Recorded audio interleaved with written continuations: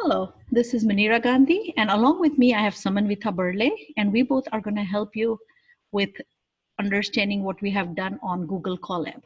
Google Colab is a Jupyter Notebook environment that is absolutely free and available for Jupyter Notebook data analysis aspect. It's GPU, TPU enabled, and has a lot of features, TensorFlow framework, and things like that. So you can use this notebooks to do your data analysis. In our in our example, we have taken the log data connectivity issue example. Gabber Inc. has been having some connectivity issue around their enterprise to store data exchange information between source IP and destination IP. What we have done is, as you see, we have uploaded the Gabber log data CSV file here. And then we have the Collab notebook that we will walk you through. So as you see, the first cell is bringing all the libraries that we need. Importing pandas and scikit-learn and things like that. And we are then reading the CSV file in the next. And as you see, we are showing the header of the file. And as you see, we have the date, source name, source IP, destination name. Results is our label column, which we are trying to predict.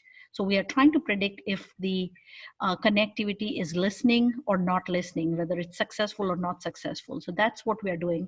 And we are using for this particular example, since it's classification problem between listening and not listening, we are in this particular example, we are going to show you a couple of algorithms that we have run, especially random forest classifier, and how this classification algorithm has been solved.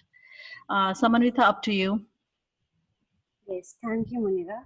So, as you can see in the notebook, the major problem statement today is to classify the results whether certain IP or certain connection is listening, not listening, or success. So, if you can see the third cell, we are actually seeing what are the different how many different types of results are there, like how many different rows are unique. So we have three different target variables that we have to predict, that is listening, success, and not listening.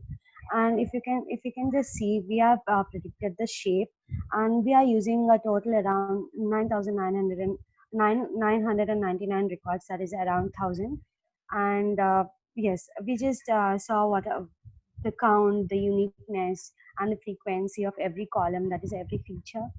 And then that is, we are just predicting or printing the size of every output variable, like the listening, how many records are there for listening, that is we have 837, which is the majority, and we have success around 100 and not listening ever around 62. And here comes the main part. So generally all classification models just take only the numerical data, right? So we just perform some feature engineering steps in order to make sure that our date feature is properly fit into the model. So this date feature, we have performed feature engineering by converting that into date time data, right? And then we have divided the particular date stamp column or the feature into different features, that is year, month, week, day, hour, minute, and second. So only for the date column we have applied this feature engineering. These are just the basic steps. And then using label encoder from scikit-learn preprocessing. So we have converted all the non-numerical stuff into numerical data. So probably every column that we have in our data file is non-numerical. So we have just converted every column into numerical type, so that it is easy when we are building the models. So if you can see, we have done the similar steps for all the columns, and here comes the modified data set. So we have almost like 13 features that we have to give for the model today, apart from the target feature. So that includes date, year, date, month, the week, the hour, minute, second, and then we have to convert the source IP and the source name, destination IP, destination name, everything into numerical values, and that we have already done it using label encoder. So that is about pre-processing the data. So when we are working with this classification models, we have to make sure that we are giving our input schema correctly and we are giving our output schema perfectly. So and also we have to make sure that we are splitting the data into test and train. So the train data, as we all know, that is used for training the model. And with this data, we have used some different classification models. So the first one is random forest classifier, and here we have took 200 estimators, and we have gave this max depth as 5, and using those parameters, we have trained the model using the train data set, which we have already defined it at the start, and then just giving a random, random input schema. We have just predicted and to see how far we are getting the perfect results. And then we also did some predictions using our test data, and we also calculated the feature importance. Yes, that is our test data, and we also calculated the feature importance for the particular classification problem.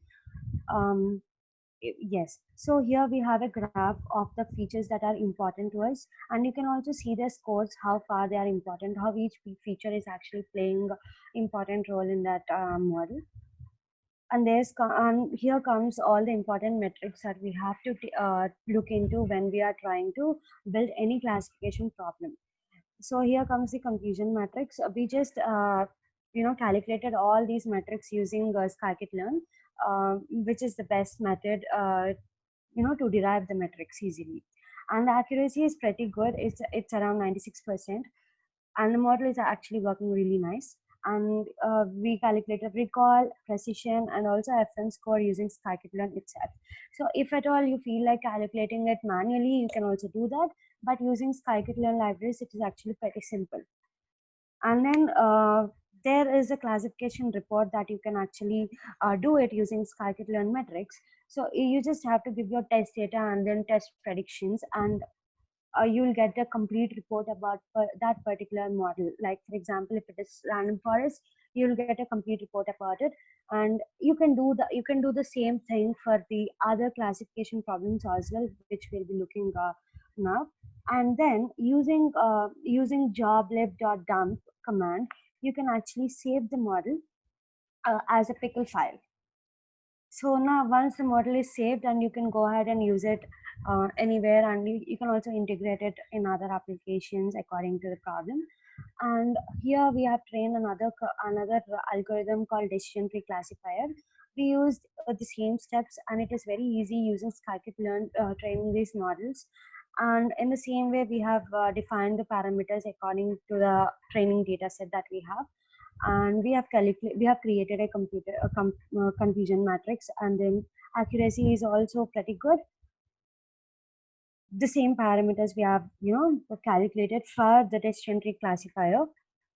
And you can for easy decision making regarding this classification problems, classification report plays a vital role. Here you get all the important metrics that you have to look into when you have to choose for a nice classification algorithm for the given data set. So in a similar manner, we have trained this linear SVM classifier as well. So we just gave the important parameters, and then we have created a confusion matrix. We got the accuracy that is around 95%, which is pretty good. And kind of like calculated or derived some classification report. Yes. So these are there's another classifier that is KNN classifier. These are all the main utilized classification algorithms in most of the problems that we have. So there are other classification, algorithms also you can look into, like XGBoost or gradient classification, like that. And according to the problem statement, you can choose and uh, by training different classifiers, and you can also compare the accuracies. You can give different prediction data to see which one is working better. So we have also trained an A-based classifier. So we just derived the similar metrics like accuracy. Accuracy for neighbors is actually not so good compared to other classifiers. So this is just showing us 76%. And we are also not getting perfect results for this classification problem. So coming to the conclusion, by seeing or by taking into all these particular classification algorithms with our problem statement or with our training data set, random forest classifier is actually working the best. So it fits the best for our problem. So we can just go ahead and save that model. You can use this job lib command to save any model that you feel like, and you can just save it as .pickle file, and you can just go and use it anywhere that you feel like. All right, thanks, Samanvita. And as you see, we have used Google Colab, and it has been very easy to run all the different classifiers. Been very successful with training and testing this model. So hope you get a good feel of what Google Colab can help you with. Again, Samanvita, you want to mention a little bit about different options in Google Colab?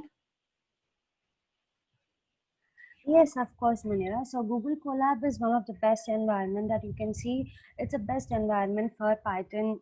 Whoever has to code Python and whoever is interested in Python coding and without any installations, you can just go on and use this Google Colab very easily. You don't have to. All the required libraries are already inbuilt. You just have to import them. And if at all you want to install any other third party library also, it's very easy. You just have to give pip install and the library name, and this is pretty simple. I would say that this is a kind of replica of Jupyter Notebook, which is Google providing us, and you don't have to save it anywhere. This will be automatically saved in our drive, in our Google Drive. And the most interesting part is that you can use the inbuilt GPU and TPU as well for the runtime.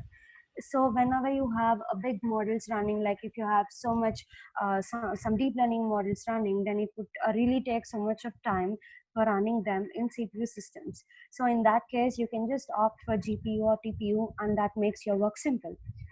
Yes. So for Python programmers or for Python coders who want to just go and code simply and easily, Google Colabs is the best, I would say. All right, thank you, Samanvita, and thank you all for watching the video.